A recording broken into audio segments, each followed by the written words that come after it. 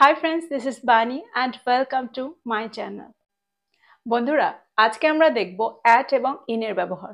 অর্থাৎ সেন্টেন্সে কোথায় আমাদের at এর ব্যবহার করা উচিত আর কোথায় আমাদের in এর ব্যবহার করা উচিত। দেখো, এই দুটো প্রিপোজিশনের ব্যবহার নিয়ে আমরা বেশ কনফিউজ থাকি। আর মাঝে মাঝে এগুলোর ব্যবহারে আমরা ভুল করে ফেলি। দিনের কোন সময়ের আগে আমাদের at এর ব্যবহার করা উচিত আর কোন সময়ের আগে আমাদের in এর ব্যবহার করা উচিত, এটা নিয়েও আমরা মাঝে মাঝে কনফিউজড হয়ে যাই।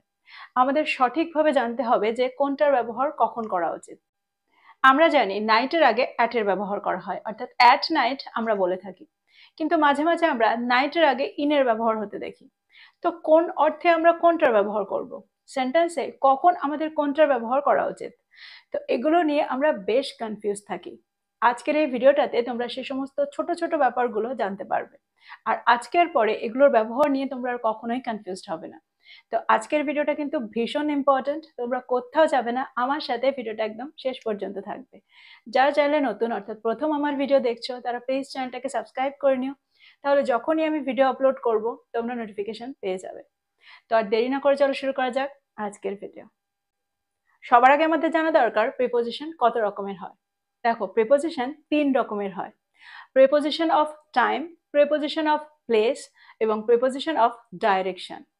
আর আজকে আমরা দেখব প্রিপোজিশন অফ টাইম, যেখানে আমরা দেখব অ্যাট এবং ইন এর ব্যবহার। দেখো, অ্যাট এর ব্যবহার আমরা তখন করব যখন আমরা বোঝাতে চাইবো একটা এক্সাক্ট টাইম, কিন্তু ইন এর ব্যবহার আমরা তখন করব যখন আমরা বোঝাতে চাইবো একটা লার্জ ডিউরেশন, অর্থাৎ লম্বা সময়। তো এটাই হলো অ্যাট এবং ইন এর মধ্যে পার্থক্য। এক্সাম্পলের মধ্যে দিয়ে ভালো করে বোঝার চেষ্টা করো যে কোনটার ব্যবহার আমরা কখন করে থাকি। যদি আমি বলি আমাকে সেখানে সকাল 8টায় পৌঁছাতে হবে, সেন্টেন্সটা কি হবে? I have to reach there at 8 o'clock in the morning. I have to reach there at 8 o'clock in the morning. সেন্টেন্সটাকে খুব ভালো করে লক্ষ্য করো। দেখো, আমরা একটা এক্সাক্ট টাইমের আগে অ্যাট এর ব্যবহার সেন্টেন্সে করেছি, অর্থাৎ 8 o'clock এর আগে আমরা অ্যাট এর ব্যবহার সেন্টেন্সে করেছি। কিন্তু আমরা মর্নিং এর আগে ইন এর ব্যবহার সেন্টেন্সে করেছি, অর্থাৎ ইন দ্য মর্নিং বলেছি। দেখো, মর্নিংটা একটা এক্সাক্ট কোনো টাইম না, মর্নিংটা একটা লম্বা ডিউরেশন বোঝায়, একটা লম্বা সময় বোঝায়। আর ঠিক সেই কারণে এর আগে আমরা ইনের ব্যবহার সেন্টেন্সে করেছি। যদি আমি বলি মিটিংটা বিকেল 5টায় শুরু হবে, সেন্টেন্সটা কি হবে? The meeting will start at 5 p.m. The meeting will start at 5 p.m. কিন্তু যদি আমি বলি মিটিংটা আধ ঘন্টার মধ্যে শুরু হবে, তাহলে সেন্টেন্সটা কি হবে? The meeting will start in half an hour. The meeting will start in half an hour. দেখো, এখানেই তোমরা বুঝতে পারছো যে যখন আমরা এক্সাক্ট কোনো টাইম বলি তার আগে আমরা অ্যাট এর ব্যবহার সেন্টেন্সে করব, আর যখন আমরা একটা লম্বা ডিউরেশন বলি, একটা লার্জ ডিউরেশন বলি, তার আগে আমরা ইন এর ব্যবহার সেন্টেন্সে করব। যদি আমি বলি সে কয়েক ঘন্টার মধ্যে ফিরে আসবে, সেন্টেন্সটা কি হবে? She will come back in a few hours. She will come back in a few hours. দেখো, এখানে মধ্যে শুনে তোমরা কনফিউজড হও না, কারণ আমরা মধ্যের ক্ষেত্রে বাই এর ব্যবহারও সেন্টেন্সে করে থাকি। দেখো, বাই এর ব্যবহার আমরা সেন্টেন্সে তখন করি যখন একটা এক্সাক্ট টাইমের মধ্যে বলি, অর্থাৎ একটা ডেডলাইন বুঝিয়ে দিই যে এই ডেডলাইনের মধ্যে কাজটা সম্পূর্ণ হবে। অর্থাৎ বাই এর ব্যবহার আমরা সেন্টেন্সে একটা এক্সাক্ট সময়ের মধ্যে বোঝাতে করব। ফর এক্সাম্পল, সে বিকেল 4টের মধ্যে ফিরে আসবে, সেন্টেন্সটা কি হবে? She will come back by 4 p.m. কিন্তু এখানে আমি বলছি যে সে কয়েক ঘন্টার মধ্যে ফিরে আসবে। এখানে কিন্তু আমরা বাই এর ব্যবহার সেন্টেন্সে করব না, এখানে আমরা ইনের ব্যবহার সেন্টেন্সে করব মধ্যে বোঝাতে। আমার মনে হয় এবার তোমরা বুঝতে পারলে যে সেন্টেন্সে ইনের ব্যবহার আমরা কোন ক্ষেত্রে করছি। যদি আমি বলি তারা 1 মিনিটের মধ্যে খেলাটা শুরু করবে, সেন্টেন্সটা কি হবে? They will start the game in a minute. They will start the game in a minute. দেখো, এখানে 1 মিনিট কিন্তু কোনো নির্দিষ্ট সময় নয়, আর ঠিক সেই জন্য এখানে আমরা ইনের ব্যবহার করব। আর যখন আমরা সেন্টেন্সে অ্যাট এর ব্যবহার করব, সেই সেন্টেন্সে কিন্তু মধ্যে এই কথাটা আমরা বলবোই না। তখন আমরা বলবো 4টেই খেলাটা শুরু হবে, 3টায় খেলাটা শুরু হবে, 5টায় খেলাটা শুরু হবে, অর্থাৎ একটা এক্সাক্ট টাইম আমি বলে দেব। মিটিংটা 10 মিনিটের মধ্যে শুরু হবে। The meeting will start in 10 minutes. The meeting will start in 10 minutes. দেখো, এখানে যদি আমি বলতাম যে 4টের মধ্যে মিটিংটা শুরু হবে, তাহলে সেন্টেন্সটা কি হতো? The meeting will start by 4 p.m. The meeting will start by 4 p.m. দেখো এখানে আমরা বাইয়ের ব্যবহার এই জন্য করলাম কারণ এখানে আমরা একটা ডেডলাইন বলে দিয়েছি যে এই সময়সীমার মধ্যেই মিটিংটা শুরু হবে, এর পরে আর হবে না। আর যদি আমি বলি 4টেতে মিটিংটা শুরু হবে, তাহলে সেন্টেন্সটা কি হবে? The meeting will start at 4 PM। The meeting will start at 4 PM। কারণ 4টে একটা নির্দিষ্ট সময়, আর এই সেন্টেন্সে আমরা মধ্যের ব্যবহার করছি না, অর্থাৎ মধ্যে এই কথাটা উল্লেখ করছি না। দেখো ফেস্টিভ্যালের আগেও আমরা অ্যাটের ব্যবহার সেন্টেন্সে করি, কিন্তু এখানেও আমরা কনফিউজড হয়ে যাই। এখানে কনফিউশনটা আমাদের অ্যাট এবং ইনকে নিয়ে নয়, অ্যাট এবং অনকে নিয়ে। দেখো আজকের এই ভিডিওটা অ্যাট এবং ইনকে নিয়েই আছে, কিন্তু অ্যাটকে ভালো করে বুঝতে গেলে আমাদের এগুলোকেও একটু আলোচনা করতে হবে, তা নাহলে তোমরা কনফিউজড হয়ে যাবে যে সেন্টেন্সে আমরা কিসের আগে অ্যাটের ব্যবহার করব আর কিসের আগে অনের ব্যবহার সেন্টেন্সে করব, দুটোর মধ্যে তোমরা কনফিউজড হয়ে যাবে। দেখো ফেস্টিভ্যালের আগে আমরা অ্যাটের ব্যবহার সেন্টেন্সে করি, কিন্তু যখন আমরা কোনো নির্দিষ্ট দিন বুঝিয়ে দেবো, একটা ফিক্সড ডে বোঝাবো, তখন কিন্তু আমরা অনের ব্যবহার সেন্টেন্সে করব, তখন কিন্তু আর আমরা অ্যাটের ব্যবহার সেন্টেন্সে করব না। ফর এক্সাম্পল, আমার বাবা দীপাবলিতে আসবেন, সেন্টেন্সটা কি হবে? My father will come at Diwali. My father will come at Diwali. কিন্তু আমি যদি বলি আমার বাবা দীপাবলির দিন আসবেন, তাহলে সেন্টেন্সটা কি হবে? My father will come on the day of Diwali. My father will come on the day of Diwali. তো তোমরা বুঝতে পারছো দুটো সেন্টেন্সের মধ্যে কোথায় পার্থক্য, কোথায় আমাদের অ্যাটের ব্যবহার করা উচিত আর কোথায় আমাদের অনের ব্যবহার সেন্টেন্সে করা উচিত। আর একটা এক্সাম্পল দেখো, যদি আমি বলি তিনি দুর্গাপূজায় আসবেন, সেন্টেন্সটা কি হবে? He will come at Durga Puja. He will come at Durga Puja. যদি আমি বলি তিনি সপ্তমীর দিন আসবেন, অর্থাৎ দুর্গাপুজোর মধ্যে আমি একটা নির্দিষ্ট দিন উল্লেখ করে দিই, তাহলে সেন্টেন্সটা কি হবে? He will come on the day of Saptami. He will come on the day of সপ্তমী। তো তোমরা বুঝতে পারছো সেন্টেন্সে কোনটার ব্যবহার কখন করব। আর একটা কথা তোমরা এখানে মনে রাখবে, দেখো সেন্টেন্সে যখন আমরা অকেশন এই ওয়ার্ডটা পাবো, তার আগে কিন্তু আমরা অনের ব্যবহার সেন্টেন্সে করব। ফর এক্সাম্পল, আমার বাবা দীপাবলির উপলক্ষে আসবেন, সেন্টেন্সটা কি হবে? My father will come on the occasion of Diwali. My father will come on the occasion of Diwali. দেখো এখানে আমরা অকেশনের আগে অনের ব্যবহার সেন্টেন্সে করছি, তো এই ওয়ার্ডটার আগে আমরা সব সময় অনের ব্যবহার সেন্টেন্সে করব, এটা সব সময় তোমরা মনে রাখবে। তিনি দুর্গাপূজার উপলক্ষে আসবেন। He will come on the occasion of Durga Puja. He will come on the occasion of Durga Puja. তো তোমরা বুঝতে পারলে সেন্টেন্সে আমরা কোথায় অ্যাটের ব্যবহার করব, কোথায় অনের ব্যবহার করব। এখানে আরেকটা কথাও তোমরা মনে রাখবে, দেখো কিছু কিছু ফেস্টিভ্যাল নির্দিষ্ট দিনে হয়, অর্থাৎ ফেস্টিভ্যালটার জন্য একটা নির্দিষ্ট দিন ঠিক করা থাকে, আর তার আগে কিন্তু আমরা সব সময় অনের ব্যবহার সেন্টেন্সে করব। ফর এক্সাম্পল, আমার বাবা ক্রিসমাসে আসবেন, সেন্টেন্সটা কি হবে? My father will come on Christmas. My father will come on Christmas. দেখো ক্রিসমাস একটা নির্দিষ্ট দিনে প্রত্যেকটা বছর হয়, অর্থাৎ 25শে ডিসেম্বর ওই দিনটাতেই ক্রিসমাস হয়, আর ঠিক সেই কারণে তার আগে আমরা অনের ব্যবহারই সেন্টেন্সে করব, অ্যাটের ব্যবহার করব না।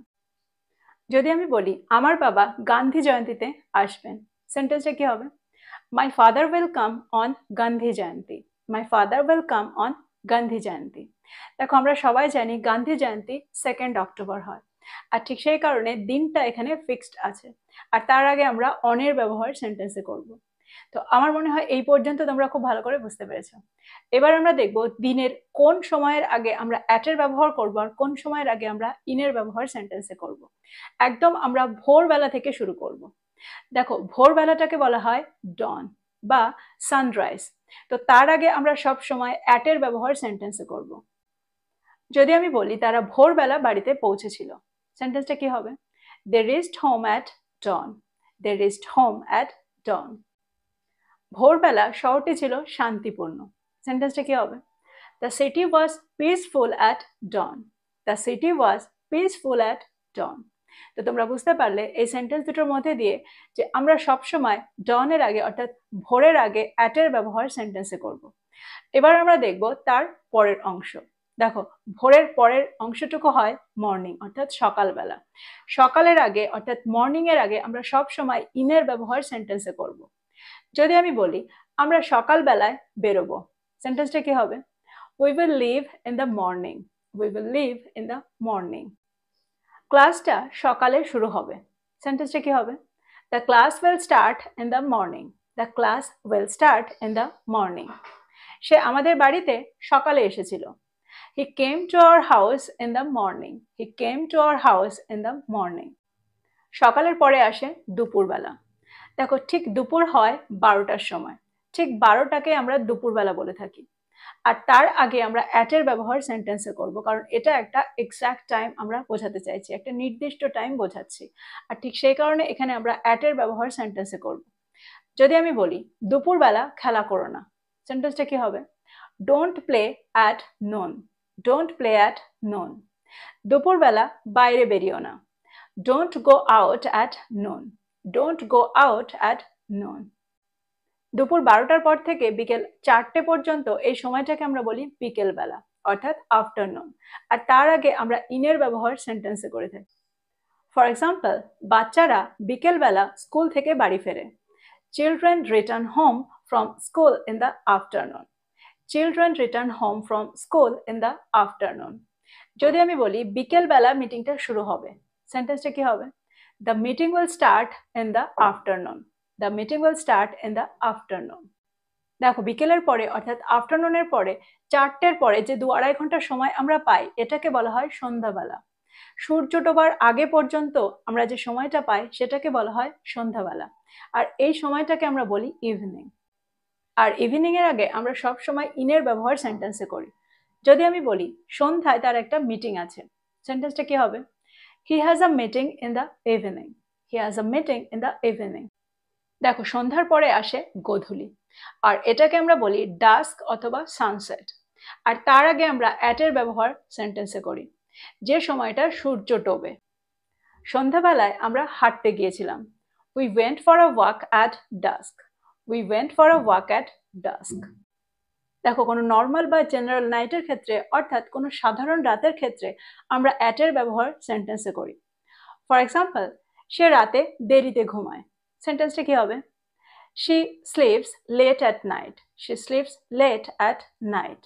দেখো, এখানে কিন্তু আমরা অ্যাটের ব্যবহারই সেন্টেন্সে করেছি। এখানে তোমরা বুঝতে পারছো, সাধারণ রাতের ক্ষেত্রে আমরা অ্যাটের ব্যবহার সেন্টেন্সে করি, কিন্তু যখন আমরা কোনো স্পেসিফিক নাইটের কথা বলবো, কোনো নির্দিষ্ট কোনো রাতের কথা বলবো, তার আগে কিন্তু আমরা ইনের ব্যবহার সেন্টেন্সে করব। এক্সাম্পল দেখো, দীপাবলির রাতে শহরটা ছিল আলোকিত, সেন্টেন্সটা কি হবে? The city was aglow in the night of Diwali. The city was aglow in the night of Diwali. দীপাবলির রাতে শহরটা ছিল আলোকিত, সেন্টেন্সটা কি হবে? The city was aglow in the night of Diwali. The city was aglow in the night of Diwali. তো তোমরা বুঝতে পারছো, সেন্টেন্সে যখন আমরা কোনো স্পেসিফিক নাইটের কথা বলবো, তার আগে আমরা ইনের ব্যবহার সেন্টেন্সে করব। কিন্তু যখন আমরা কোনো সাধারণ রাতের কথা বলবো, তার আগে আমরা অ্যাটের ব্যবহারই সেন্টেন্সে করব। আমার মনে হয় এই পর্যন্ত তোমরা বুঝতে পেরেছো।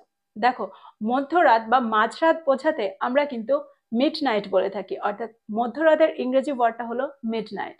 আর তার আগে আমরা অ্যাটের ব্যবহারই সেন্টেন্সে করি। এখানে কিন্তু কখনোই আমরা ইনের ব্যবহার সেন্টেন্সে করব না। মিড নাইটের অর্থ হলো ঠিক রাত 12টা, 12 AM। আর তার আগে আমরা অ্যাটের ব্যবহারই সেন্টেন্সে করব। ফর এক্সাম্পল, যদি আমি বলি সে মধ্যরাতে বাড়িতে পৌঁছেছিল, সেন্টেন্সটা কি হবে? He reached home at midnight. He reached home at midnight. তো তোমরা বুঝতে পারলে দিনের কোন অংশটার আগে আমরা অ্যাটের ব্যবহার করব আর কিসের আগে আমরা ইনের ব্যবহার সেন্টেন্সে করব। তো এই ছিল অ্যাট এবং ইনের কিছু ব্যবহার। আমার মনে হয় প্রত্যেকটা ব্যবহারকে তোমরা খুব ভালো করে বুঝতে পেরেছো। প্রত্যেকটা ব্যবহারকে নোট ডাউন করো আর এগুলো দিয়ে সেন্টেন্স তৈরি করো। তো এই ছিল আজকের ভিডিও, এই ছিল আজকের টপিক। ভিডিওটা ভালো লাগলে লাইক করতে ভুলে যেও না, বন্ধুদেরকে শেয়ার করো যারা ইংরেজি শিখছে। So this is all about today. I will be back with another video. Till then, take care. Thank you for watching this video. Bye bye.